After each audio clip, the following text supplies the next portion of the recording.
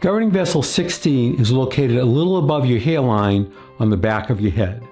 To locate governing vessel 16, find the center of the hairline on the back of your head.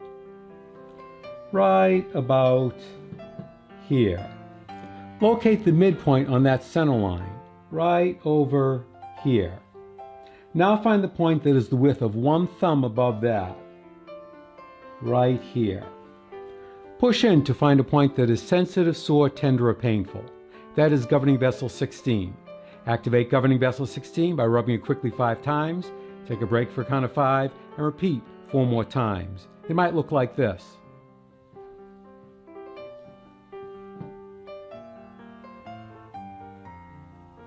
Or if you have a Tei Shin, it might look like this.